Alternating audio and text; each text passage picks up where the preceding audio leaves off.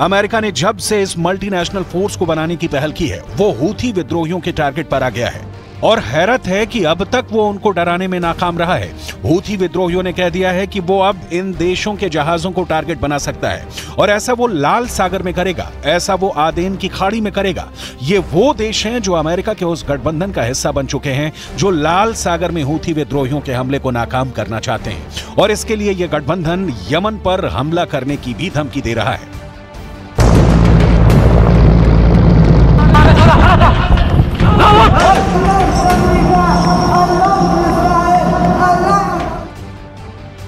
दरअसल अमेरिका को डर है कि लाल सागर में उसके जहाज डुबो दिए जाएंगे। अमेरिका को डर है कि यमन के हूथी विद्रोहियों से उसका युद्ध शुरू हो चुका है। अमेरिका को डर है कि अगर हूथी ने एंटी शिप मिसाइल मारी तो उसका कैरियर डूब जाएगा। हूथी विद्रोहियों से इजरायल के बाद अब अमेरिका को भी खतरा बढ़ गया है।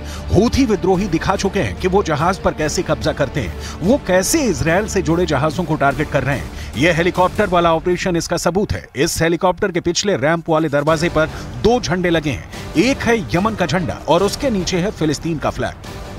ये लाल सागर है, दुनिया इसे रेड सी के नाम से जानती है। देखिए रेड सी में क्या हुआ।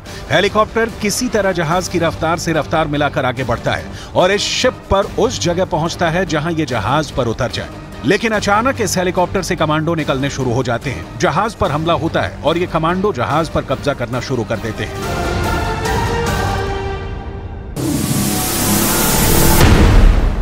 AK-47 और बाकी हथियारों से लैस ये कमांडो जहाज पर आगे बढ़ते हैं। हेलीकॉप्टर फौरन जहाज से उड़ जाता है। क्या हो रहा है किसी को नहीं मालूम। ये कमांडो जल्दी से जहाज के ब्रिज की तरफ बढ़ते हैं। ब्रिज यानी वो जगह जहां से पानी के जहाज को कंट्रोल किया जाता है। शिप के स्टाफ की तरफ राइफलदानी, ये सभी हमलावर जहाज के ब्रिज में दाखिल होते हैं और फिर क्रू मेंबर हैंड्स अप करके हमलावरों की इस टीम के आगे सरेंडर कर देते हैं।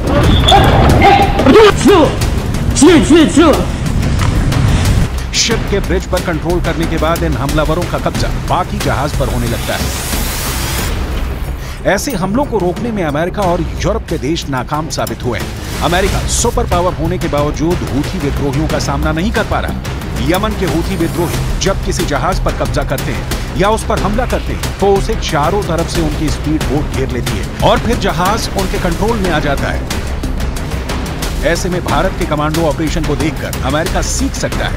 भारत ने बता दिया है कि जहाज पर कब्जा हो तो कैसे लड़ा जाता है, लेकिन अमेरिका ये हिम्मत हूथी विद्रोहियों के खिलाफ दिखाने में अब तक नाकाम रहा है और इसका खामियाजा अब इजरायल ही नहीं पूरा यूरोप भुगत रहा है। यमन के हूथी विद्रोही जो गाजा पर इजरायल की बमबारी रुकवाने के लिए इजरायल के जहाजों या उसके लिए माल ले जा रहे कार्गो शिप को टारगेट कर रहे हैं और अब उन्होंने अमेरिकी नौसेना के जहाजों पर हमला करने की कसम खाई है। फिलहाल हूथी इजरायल से जुड़े जहाजों को निशाना बना रहे हैं। उन्होंने इजरायल से जुड़े जहाजों के खिलाफ न सिर्फ हमले किए हैं बल्कि उनको अगवा भी किया है। इन हमलों ने कई कंपनियों को माल की आवाजाही रोकने पर भी मजबूर किया है। इसी वजह से अब कार्गो जहाज अदन की खाड़ी और लाल सागर के करीब भी नहीं आना चाहते हैं। यहीं से एशिया की तरफ से यूरोप को रास्ता जाता है। दुनिया की सबसे अहम शिपिंग लेन मिस्र के सुएज कैनाल से गुजरती है। अगर इस शिपिंग लेन की तरफ लाल सागर से होता हुआ जा रहा रास्ता ब्लॉक हो जाता है तो ये रास्ता 6000 किलोमीटर लंबा हो जाएगा, क्योंकि तब समुद्री जहाजों को अफ्रीका का चक्कर लगाकर यूरोप पहुंचना होगा। अगर इजरायल जाना है तो रास्ता 10,000 किलोमीटर तक ज्यादा हो जाएगा। 3 से 5 दिन का सफर और लंबा हो जाएगा।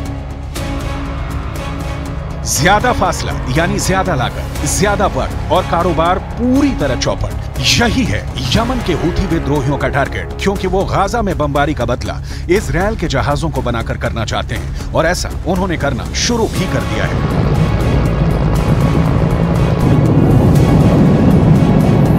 ऐसे में भारतीय नौसेना का वीडियो अमेरिका के लिए एक सबक है।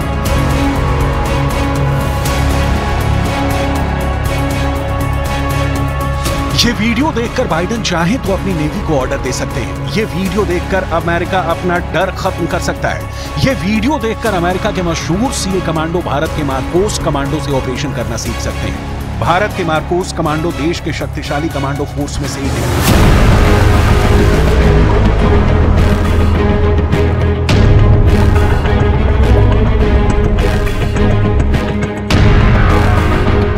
1987 में बने मार्कोस बहुत ही तेजी से ऑपरेशन करते हैं। इन्हें अमेरिका के नेवी सील्स की तर्ज पर ही तैयार किया गया था।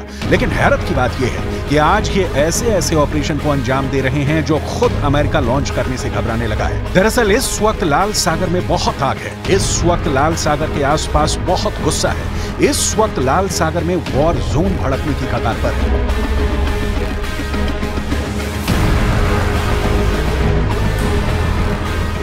अगले 48 घंटों के अंदर लाल सागर, यमन और इजरायल के बीच इतनी चिंगारी नजर आ रही है कि पूरा पश्चिम एशिया गाजा के बाद दूसरे युद्ध में डूब सकता है।